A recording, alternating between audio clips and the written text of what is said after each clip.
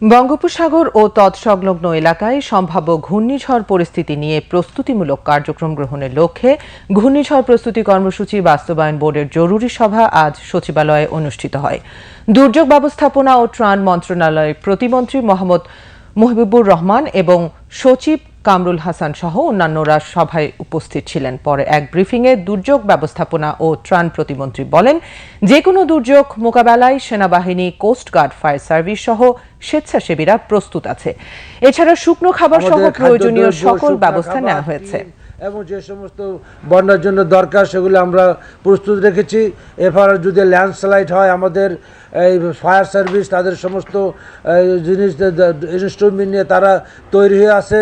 বিভিন্ন বিশেষ করে চিটাগাঙে, কক্সবাজারে যদি সেখানে ল্যান্ডস্লাইড হয় সেখানে সেনাবাহিনী তাদের দায়িত্ব নিয়েছে, তারা সেভাবে প্রস্তুত রয়েছে।